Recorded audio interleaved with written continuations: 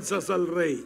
Yo voy a leer solo un texto de la Escritura que encontramos en el libro de San Mateo, capítulo 11. Saludo a todas las autoridades políticas también y espero que Dios les bendiga y les use, porque es muy necesario que haya en todo país quienes temen a Dios, aunque fuera un poquito, para hacer estos trabajos tan delicados como es el dirigir países, distritos, ciudades, provincias, etcétera. Que no se olviden que Dios es primero y que el verdadero Rey de toda la tierra sigue siendo el Señor. Cristo vive. Leemos allí, hermanos, capítulo 11, pueden buscar, gloria a Dios. Cristo vive para siempre. Y el versículo que voy a leer es el 11 y el 12. En el nombre del Padre y del Hijo y del Espíritu Santo. De cierto os digo, entre los que nacen de mujer no se ha levantado otro mayor que Juan el Bautista, mas el más pequeño en el reino de los cielos mayor es que él. Verso 12. Desde los días de Juan el Bautista hasta ahora, el reino de los cielos sufre violencia y los violentos lo arrebatan. Otra versión dice, los valientes lo arrebatan. Oremos. Te damos gracias, Dios mío, por esta bendición de compartir tu palabra en esta noche. Ayúdame, Señor, sin tu ayuda no puedo hacer nada. Dame la unción fresca que necesito, la sabiduría tuya, ilumíname con tu espíritu.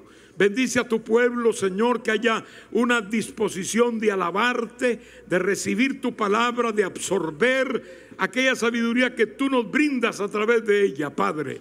Te pido también que desalojes de este recinto, Señor, toda obra diabólica, toda maquinación, todo espíritu satánico, toda hechicería, toda brujería, cualquier intervención maligna, oculta, sea reprendida en esta hora y defenestrada en el nombre de Jesús.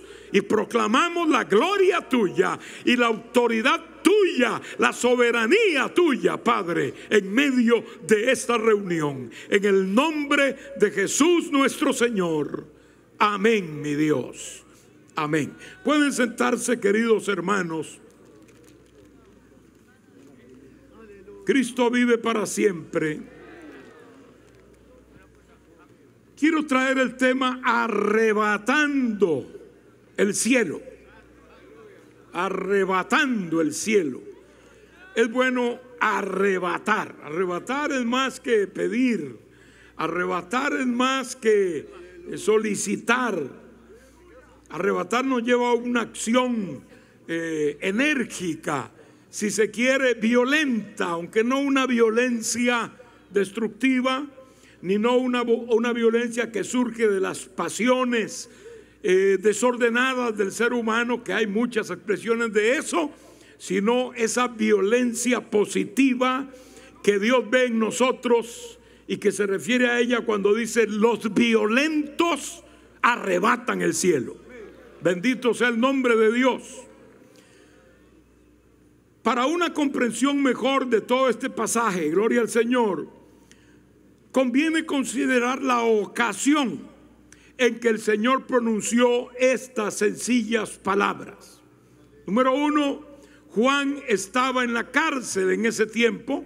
Juan el Bautista, que fue un profeta, un predicador, después de 400 años de silencio profético en Israel, Dios levantó a Juan el Bautista y el pueblo reconoció que era un profeta de Dios. Los mismos fariseos no se atrevieron a poner en duda ese hecho, a pesar de que proponía una situación teológica para ellos de gran envergadura, porque eran 400 años sin levantarse ni un solo profeta, entre el libro de Malaquías y el libro de Mateo. Y ahora que se levanta un profeta, por cierto, un poco extraño, vestido de pelo de camello, no comía cualquier cosa, solo comía langostas, no de esas del mar, sino del insecto. Se alimentaba de langostas y de miel silvestre, dice la Biblia, pero tenía un mensaje candente, poderoso. Dios lo había escogido para ser el precursor del Mesías. Por eso es que como profeta era mayor que todos, porque todo profeta en la antigüedad deseó el ser el precursor del Mesías, puesto que eso estaba profetizado, gloria al Señor, que venía un precursor. Entonces querían los profetas hacerlo, pero no fue ninguno de ellos escogido. Juan el Bautista fue el hombre. Él fue el que presentó a Cristo cuando vino a bautizarse y dijo: he aquí el Cordero de Dios que quita el pecado del mundo. Aleluya, gloria a Dios, porque Dios le había dicho que iban a suceder algunas cosas características para que él pudiera identificar al Señor Jesucristo, y él pudo identificarlo. Sucede que terminó preso precisamente por predicar como predicaba. Terminó preso y tenía ya un tiempo en la cárcel. Llegó un momento en que como humano flaqueó un poquito y quería estar seguro. Él debía estarlo, puesto que él mismo había presentado al Señor y había visto el Espíritu Santo en forma de paloma descender sobre Jesús. Había un testimonio clarísimo, Dios hablando desde el cielo y diciendo: este es mi Hijo amado, en quien tengo complacencia. Pero como humano, porque era un hombre normal como cualquiera, se sintió flaquear.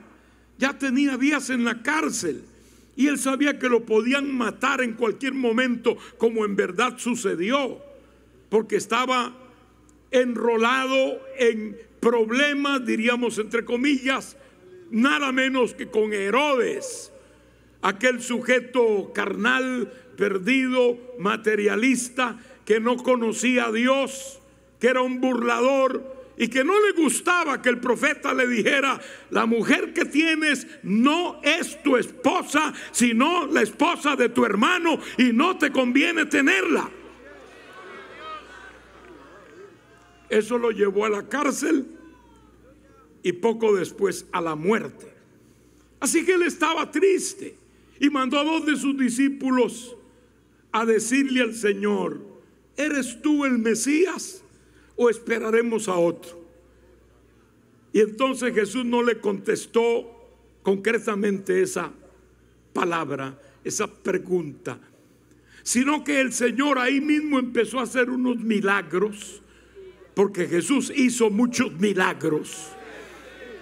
Ahí mismo empezó a hacer algunos milagros y empezó a predicar, y los discípulos que envió Juan estaban observando esto. Y Jesús, después que terminó de hacer estas obras de sanidad y de milagros entre el pueblo, le dice a estos discípulos de Juan: vayan a Juan y díganle lo que ustedes han visto.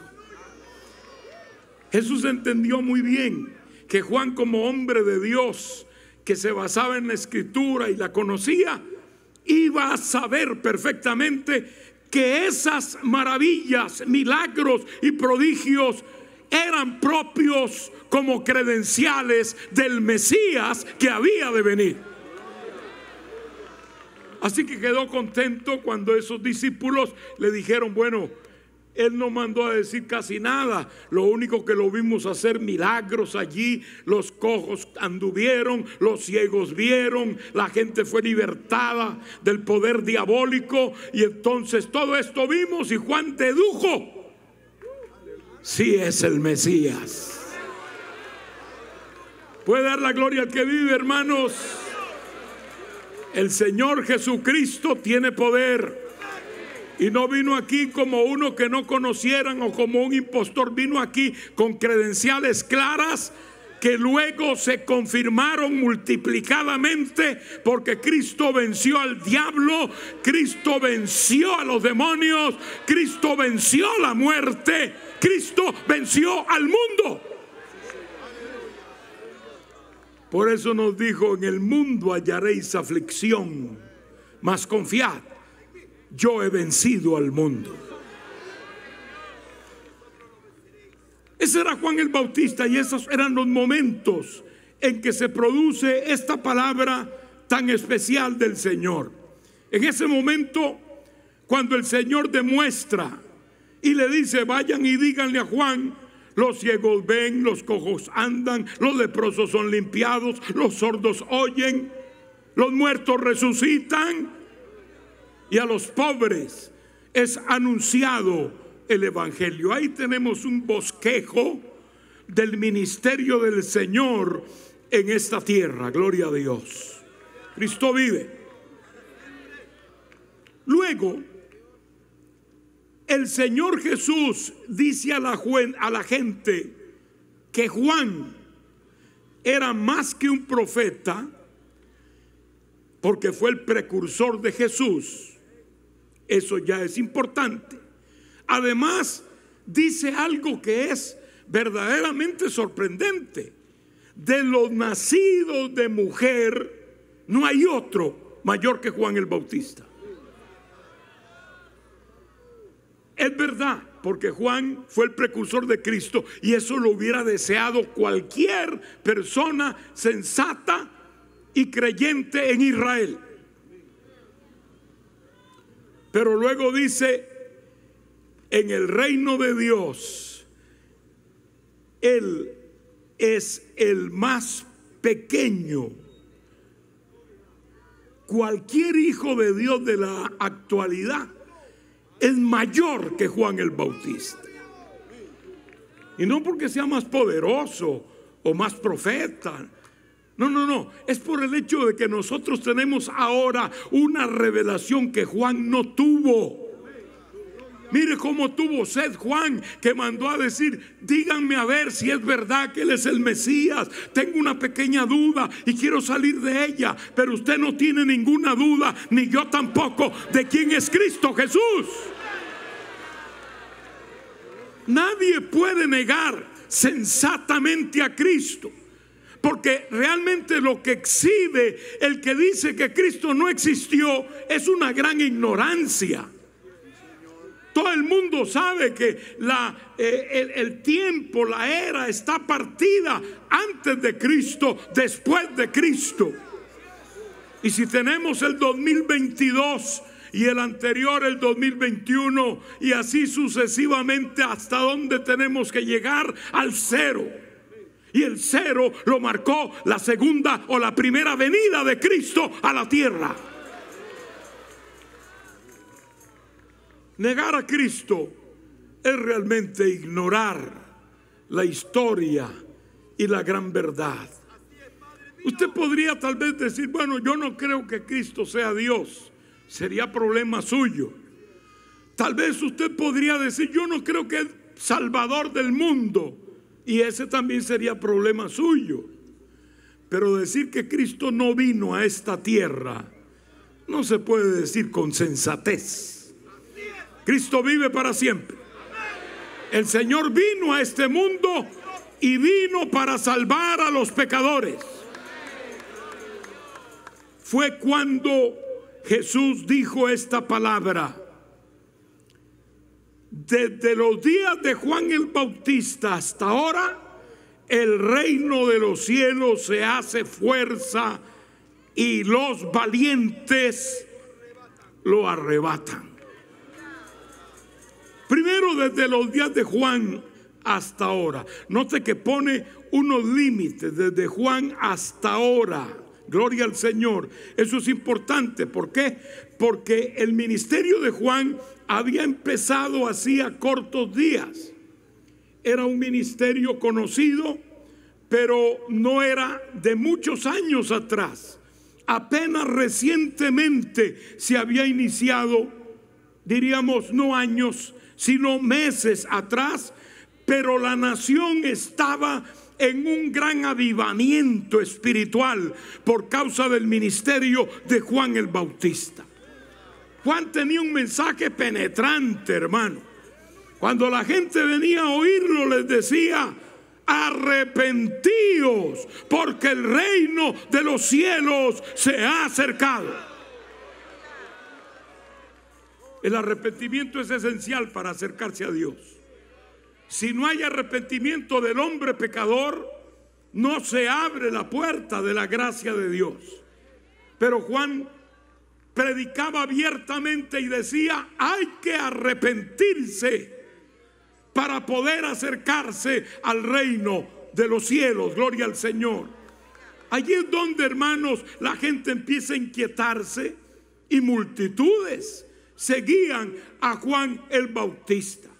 Pero además de la gente, él le predicó a fariseos y a saduceos y les decía este mensaje: generación de víboras, ¿quién os enseñó a huir de la ira venidera?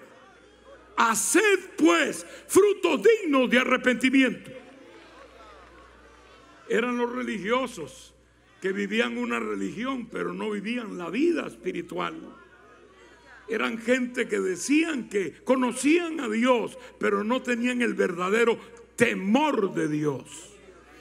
Juan lo sabía por revelación de Dios y por eso les predicaba de esa manera. Además, predicaba a los que cobraban impuestos y les decía: no exijáis más de lo que se debe. Oiga, eso es actual todavía, gloria a Dios. Juan el Bautista les decía a ellos: no cobren más de lo que deben, porque habían excesos, como lo han habido en todos los tiempos, y se puede decir que también los hay ahora, gloria al Señor. A los soldados que se encontraban les decía: no hagáis extorsión a nadie, ni calumniéis a nadie, gloria a Dios. A Herodes le mandó a decir, gloria a Dios: no te es lícito tener la mujer de tu hermano. Fue un mensaje que no era popular. De hecho, le costó la libertad y lo metieron preso, y después le costó la cabeza también. Pero el mensaje fue predicado. Noten este marco, porque es el Señor el que está hablando. Desde los días de Juan hasta ahora, el reino de los cielos se hace fuerza. El reino de los cielos es el imperio donde Dios gobierna. Es el lugar donde Cristo es soberano y donde Él es Señor. Porque Cristo es Señor. No es un simple personaje de la historia que habló en términos religiosos y cuyo mensaje todo el mundo sabe que fue enormemente positivo, y no ha podido nadie desmejorarlo, ni ha podido nadie borrarlo, porque es imposible. Es la palabra de Dios.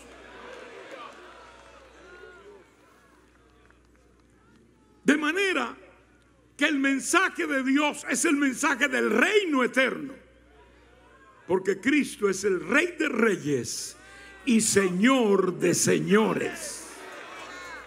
Esa palabra Señor es Kyrios en griego, que quiere decir amo, dueño, soberano, máxima autoridad. Igual, Kyrios. O sea, no hay una palabra sola para poder llenar el significado de la palabra Kyrios. Ahora se le dice Señor a cualquiera, es nuestra cultura. Es una cuestión de cortesía. Decirle Señor fulano de tal es cuestión de respeto, de cortesía. Pero acá no era por cortesía. Acá decirle Señor a alguien era cosa seria. Por eso Jesús le dijo a la gente: ¿por qué me llamáis Señor, Señor, y no hacéis lo que yo os mando? Porque llamar a alguien Señor era decirle: tú eres mi dueño, tú eres mi jefe, tú eres mi soberano, tú eres la máxima autoridad de mi vida. ¿Es eso el Señor para ti, querido hermano y amigo? Entonces llámale Señor con confianza.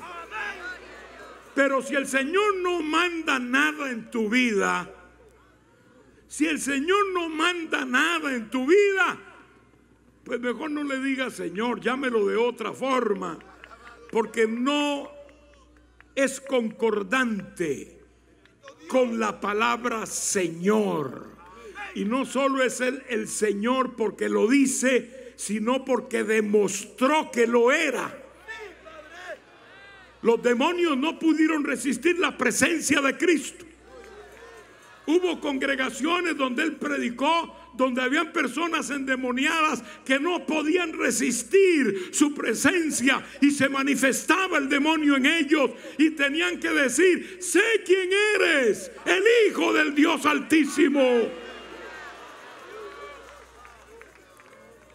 Un gadareno poseído por miles de demonios vino casi a atacar al Señor.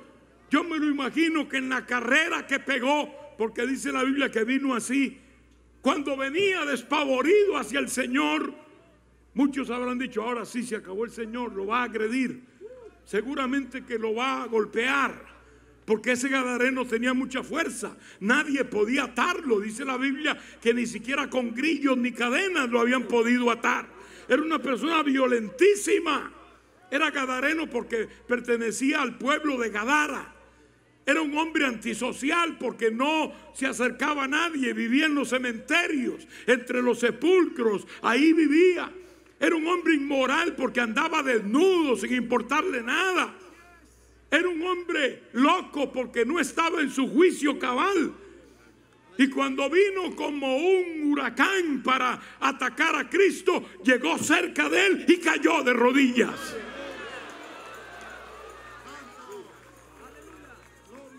Cayó de rodillas. Y Jesús le dijo: ¿cómo te llamas? Y él dijo: Legión me llamo, porque somos muchos. Estaba hablando Satanás en esa vida.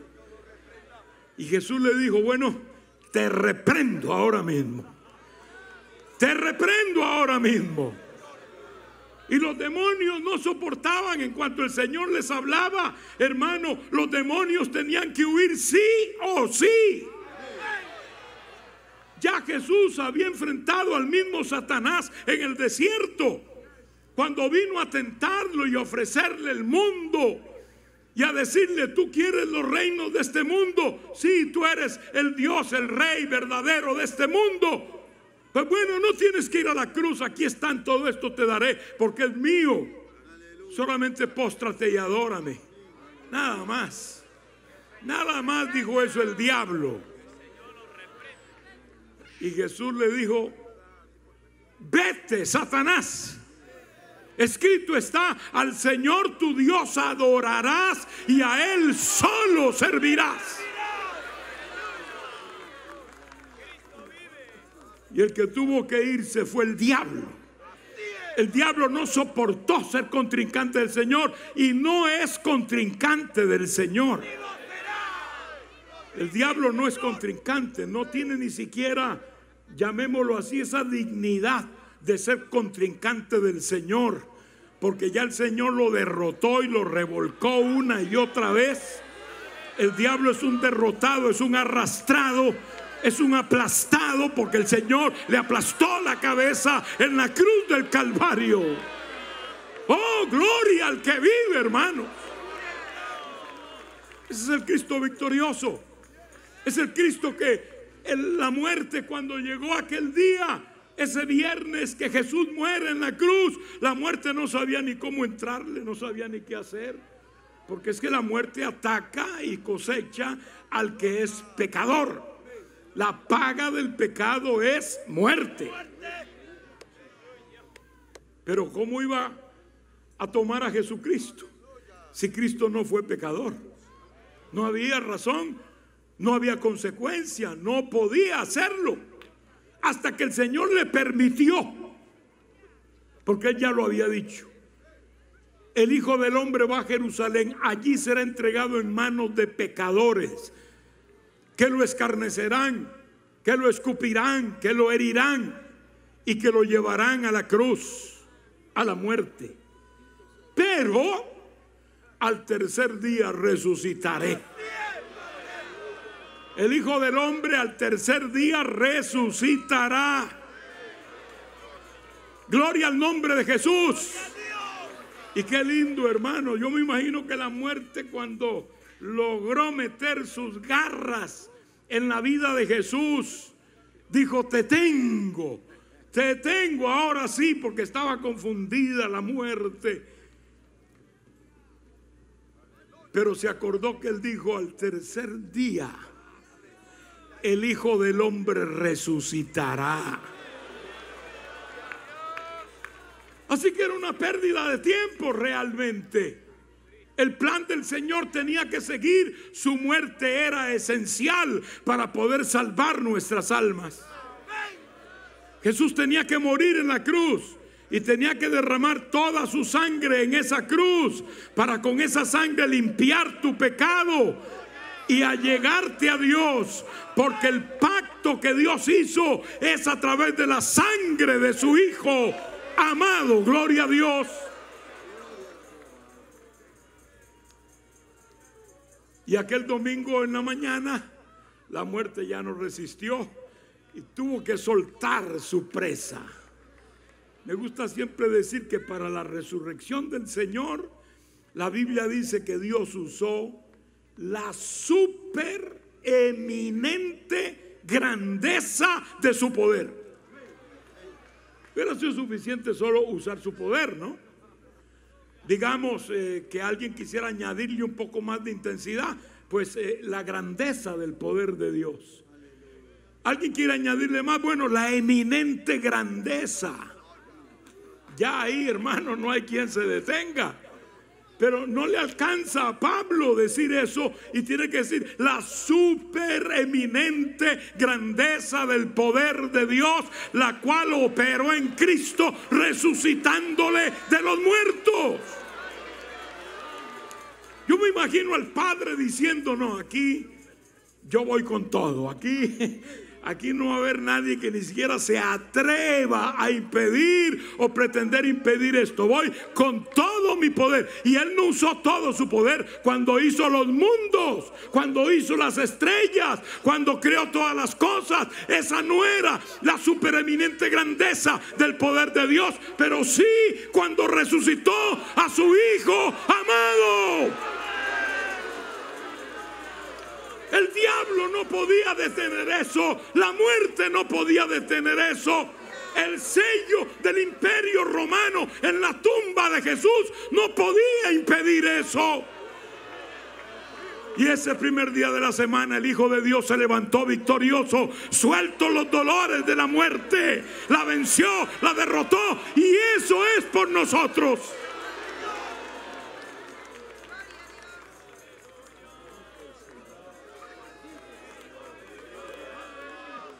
Aleluya. Visité la tumba del Señor en la ciudad de Jerusalén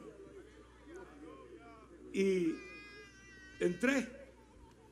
Él es el lugar más, digamos, acertado de que sea la tumba realmente, porque está cerca de el Gólgota. Y la Biblia dice que esa tumba estaba cerca del Gólgota. Ahí está el Gólgota y está el jardín. También dice que había un jardín. Y fue allí donde prestó la tumba José de Arimatea. Entonces uno va a ese jardín y uno puede ver la tumba y entrar en ella. Y yo entré. Es un ambiente acogedor, lindo, impresionante. Uno se traslada a la Biblia, a un hecho tan portentoso. Y entonces entré estas dos partes, una que es donde uno entra, el lobby, diríamos, y allá donde está otro aposento, es donde ponían a la persona muerta. Y ahí habían unos lienzos para tipificar, que eso es lo que quedó ahí nada más en la tumba, unos lienzos. Pero me gustó mucho cuando yo di la vuelta ya para salir y había un rótulo arriba de la puerta que decía: Él no está aquí porque ha resucitado.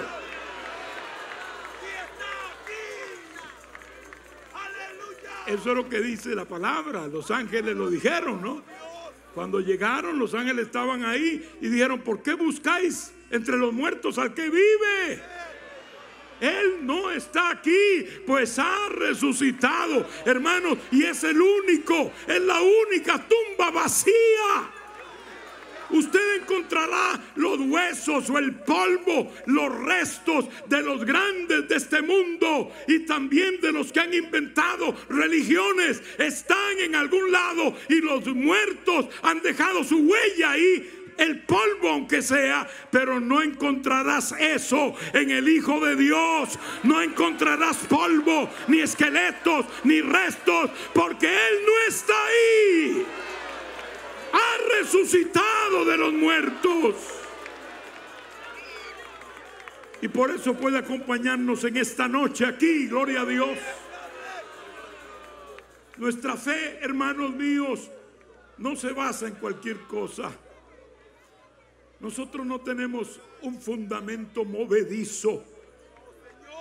Tenemos una roca inconmovible. Cristo vive para siempre, hermanos. Jesús dijo: el reino de los cielos sufre violencia.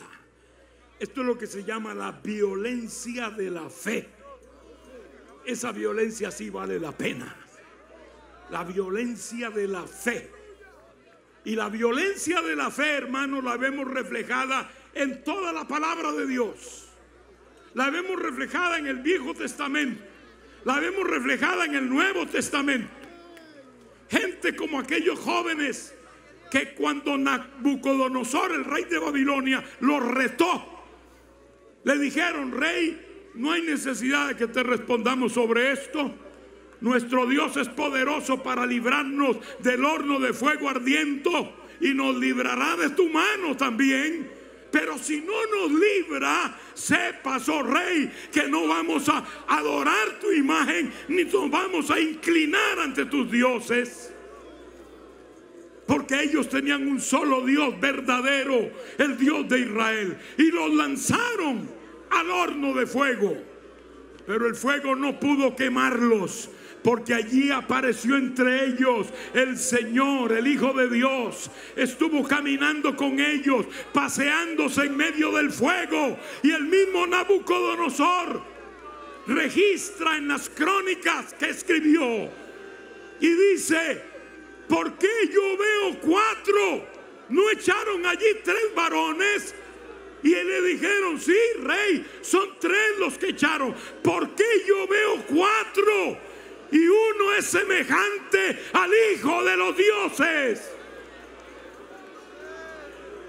Se paseaban en medio del fuego porque eran violentos en la fe. Violentos en la fe. Como aquella mujer que tocó el borde del manto de Jesús, enferma de flujo de sangre. No sabía qué hacer ya, pero cuando vio a Jesús dijo: Él es mi esperanza. Yo voy a tocarle aunque sea el borde de su manto, porque sé que va a pasar algo, voy a ser sana. Y cuando tocó el borde del manto de Jesús, el flujo de sangre cesó de inmediato, aleluya, y fue sana. Eso es violencia de la fe. Aquel ciego que estaba allí en el camino y Jesús pasó. Y cuando Jesús pasó, le preguntan: ¿quién pecó, este o sus padres, para que este hombre haya nacido ciego? Y Jesús dijo: no es que pecó este ni sus padres, sino para que las obras de Dios se manifiesten en él. Escupió en tierra, hizo lodo y le puso en los ojos al ciego.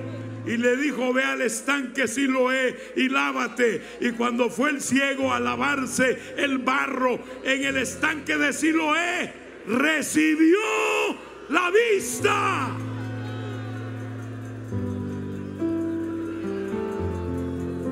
Un hombre que fue violento en la fe. Amigo, tú puedes ser violento en la fe también. Y la violencia más grande que hay en la fe, la valentía más grande de la fe, es aceptar a Cristo como tu Salvador personal. Esta noche hay oportunidad a través de los medios de televisión y de radio que están llegando a todo Perú y que también llegan a muchas partes del mundo. Allí donde estás, puedes recibir a Cristo como tu Salvador. Sé valiente en la fe, sé violento, arrebata el reino de Dios, arrebátalo por la fe. El Señor te ofrece vida eterna y con ello miles de bendiciones. ¿Está tu hogar destruido? Sé violento en la fe, refúgiate en Dios. Necesitas un trabajo, confía en Dios. Dios puede darte un trabajo. ¿Estás enfermo? También Dios puede tocar tu cuerpo y sanarte hoy mismo. Aquí está el Señor, hermanos. Aquí está el Señor. Yo siento su presencia. Siento su presencia y siento su poder en este lugar. Hay vida en Jesús. Hay vida en Jesús. Estás desahuciado. El Señor todavía no te ha desahuciado. Dios puede hacerte vivir si confías en Él, si te agarras de Él como un valiente. Esta es la noche para ti, amigo, amigo, hermano. Esta es la noche. A través de los medios, allí en tu casa, allí en tu carro, allí en ese salón donde estás viendo estas imágenes, Dios puede tocar tu cuerpo, puede tocar tu alma. Abre tu corazón al Señor en esta noche. Aleluya, gloria, gloria, gloria. Aleluya, gloria a Dios. Aquí está la presencia de Dios, se está moviendo. Se está moviendo la presencia de Dios. Santo es el Señor. Cristo vive. Invócale y recibe. Invócale y recibe. Él está aquí para ayudarte y levantarte. Levanta tus manos, tú que recibes a Cristo, y dile: Señor Jesús, yo creo en ti. Yo quiero arrebatar el reino. Señor, ayúdame en esta noche. Yo quiero seguirte. Quiero vencer. Quiero triunfar en la fe. Esta es la noche. El mensaje es el mismo. Siempre es el mismo mensaje. El evangelio que salva. El evangelio que levanta. Hay vida en Jesús. Alabado sea Dios. Alabado sea Dios. Padre, bendice a este pueblo, Señor. Bendice a este pueblo, Señor. Aquí hay vidas que también son violentas en la fe. Levántalos hoy, Padre. Aquel que tiene un problema físico, aquel que está enfermo, enferma, extiende tu mano de poder, Señor. Extiende tu mano de poder. Así como sanaste a otros, también sánalos a ellos ahora. Toca el cuerpo enfermo. Haz huir la enfermedad, Dios mío. Mira si alguno está cautivo de poderes satánicos, de fuerzas ocultistas, quizá pactos que ha hecho desde la niñez su familia. Hoy, Señor, declaro libres, libres, en el nombre de Jesús, libres por el poder de Dios. Hay poder en Jesús. Renuncia a todo pacto diabólico. Renuncia a todo pacto satánico. Esta es noche de liberación para tu vida. Entrega tu vida al Señor. Entrega tu hogar al Señor, tu matrimonio al Señor. Oh, gloria, gloria, gloria, gloria, aleluya. Levanta tus manos y da gloria a Dios, hermano. Recibe el toque sanador, recibe el toque sanador, recibe liberación, recibe en esta hora, en el nombre de Jesús. Alabanzas al Rey.